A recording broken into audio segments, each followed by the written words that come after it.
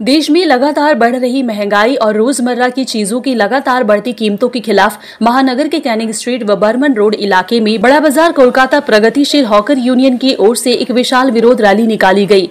इस रैली का नेतृत्व बड़ा बाजार कोलकाता प्रगतिशील हॉकर्स यूनियन के सभापति और वार्ड नंबर 25 के काउंसिलर राजेश सिन्हा ने की है, जिसमें केंद्र सरकार की नीतियों के खिलाफ जमकर विरोध किया गया। तो वहीं इस हॉकर यूनियन के जनरल सेक्रेटरी वसीम अहमद ने कहा है कि आज पूरे देश में केंद्र की मोदी सरकार ने आम आदमी का जीना मुश्किल कर दिया है, इसीलिए आज हम लोग मजबूर होकर सड़कों पर उतरे हैं। वहीं उन्होंने कहा है कि बड़ा बाजार के वार्ड नंबर 45 आने वाले दिनों में टीएमसी का गढ़ माना जाएगा, क्योंकि झूठ और भय से ज्यादा दिन लोगों को दबाया नहीं जा सकता है। इस रैली में सैकड़ों की संख्या में हॉकर्स ने केंद्र सरकार के खिलाफ नारेबाजी की।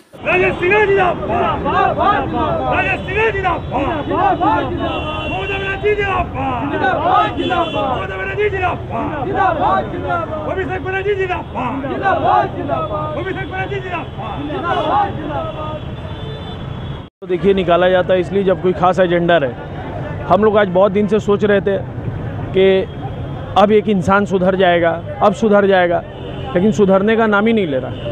अचानक से जब हमने हाल देखा जो श्रीलंका का हुआ है, अब तो ऐसा होने को आ गया है कि श्रीलंका वाला हाल हम लोग का हिंदुस्तान का भी होने वाला था। तब हम लोगों ने देखा हमारी जो नेत्री है, हमारी दीदी ममता बनर्जी रास्ता पर उतर के इस चीज़ का विरोध कर रही हैं। जिस हिसाब से इकोनॉमिक क्राइसिस चल रहा है, जिस हिसाब से पेट्रोल डीजल का दाम बढ़ाया जा रहा है, जिस हिसाब से आपको रसोई गैस का दाम बढ़ाया जा रहा है, डे बाय डे दाम पे दाम बढ़ते जा रहा है, हर चीज़, और कोई कुछ बोलने वाला नहीं है।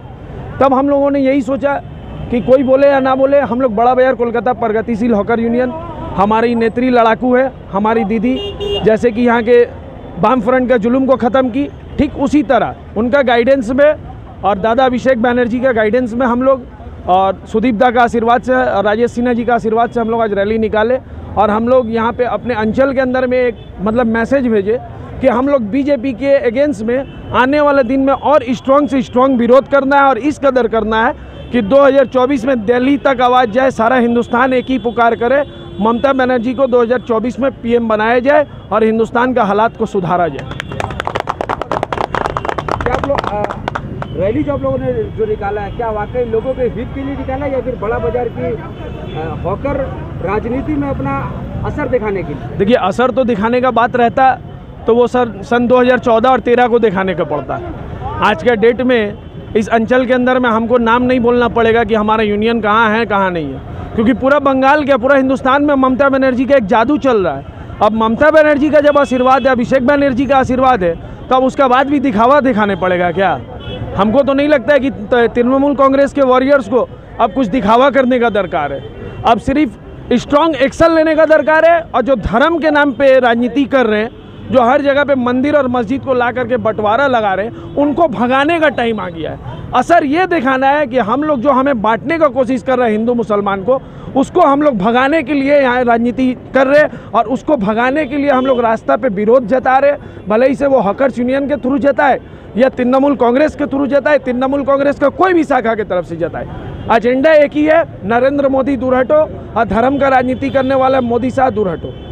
आप लोग अगर इतना ही मजबूत है तो 44 वार्ड में आज तक टीएमसी क्यों नहीं जीत पाया?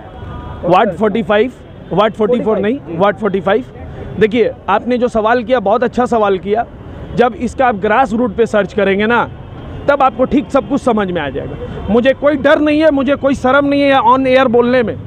ग्रास रूट पे यहाँ के वर्कर को जो जिम्मेदारी दिया गया है, वो अपना जिम्मेदारी बाखूबी नहीं निभाते, जिसके वजह से हमें अपना विंग्स लेकर के उतरना पड़ता है। यहाँ नौजवान 45 नंबर वार्ड में कम नहीं है, लेकिन यहाँ पे क्या होता है कि जिनको एक्सपोजर मिलना चाहिए उनको नहीं मिलता, और जिनको नहीं मिलना चाहिए जिम्मेदारी उनको दे दिया जाता है।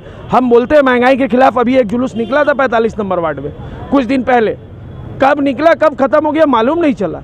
मिचिल का मतलब क्या है कि जब मिचिल जाए तो रास्ता खाली हो जाए, जब मिचिल का डाक दिया जाए तो सारा आदमी एक हो जाए। आदमी एक कब होता है? जब आपका व्यवहार और किरदार अच्छा रहे। लेकिन जब जिम्मेदारी यहाँ के ऐसे ऐसे लोगों को दिया गया, मैं नाम किसी का नहीं लूँगा, आप खुद से जांच कर ले, आप देख ले पिछला कुछ रैली उठा करके कि उनके पीछे भीड़ कितना है। जब तक आप एक वजनदार आदमी को जिम्मेदारी नहीं देंगे, तब तक वो जिम्मेदारी के साथ वार्ड को नहीं निकाल पाएंगे। एक बार जिम्मेदारी दीजिए, उसके बाद फिर ये सवाल कीजिए इंशाल्लाह जवाब आपको सवाल नहीं करना पड़ेगा। 45 वार्ड के लोगों से क्या अपील करेंगे आप? 45 वार्ड के लोगों से अपील यही करेंगे कि कुछ दिन जो यहाँ पे कुछ सालों से जो एक यहाँ पे लीडर को जगह दिया गया है, एक लीडर ही यहाँ पे है सिर्फ, उसको अगर हम लोग उससे जितना परेशान है उसका तोड़बाजी से या उसका किसी भी चीज़ से, तो उसके लिए विरोध जताए। अब विरोध इधर उधर मत जताइए, डायरेक्ट कालीघाट में जा कर के कंप्लेन कीजिए, क्योंकि जब तक वहाँ कंप्लेन नहीं होगा, जब तक दादा अभिषेक बनर्जी का नज़र यहाँ नहीं पड़ेगा, जब तक दीदी का नज़र यहाँ नहीं पड़ेगा, जब तक सुदीप्ता का नज़र नहीं पड़ेगा, नैना बंदोपाध्याय का नज़र नहीं पड़ेगा, तब तक हालात ठीक नहीं होगा। लीडरशिप का नज़र यहाँ डलना चाहिए, उसके बाद इंशाअल्लाह ताला देखिएगा आप सब ठीक नहीं होगा, तब आप मेरा कॉलर पकड़ के बात कीजिएगा। आज आप लोग रैली निकाले तो बड़ा बाजार का हॉकर राजनीति में कितना असर पड़ेगा आज की रैली? देखिए, हॉकर राजनीति में तो असर पड़ ही चुका है सन 2011 से। 2011 में जब दीदी का गवर्नमेंट आया तो यहाँ पे हॉकरों के ऊपर जो जुल्म हो रहा था पिछला 20-30 साल से, वो होना सबसे पहले बंद हो गया। फिर उसके बाद 2011 के बाद से जो यहाँ पे वाम दल के लोग जो पैसा तोलाबाजी करते थे उनको हटाया गया, हम लोग लड़ भिड़ के हटे। और यहाँ पे कुछ जो हमारे दीदी का चोला पहन करके वो भी वाम दल के साथ मिल करके पैदा पानी यहाँ कर रहे थे हॉकर्स के साथ, उनको हम लोग हटाएं। और आज के डेट में हम लोग हॉकर से 1 रुपया चंदा नहीं लेते।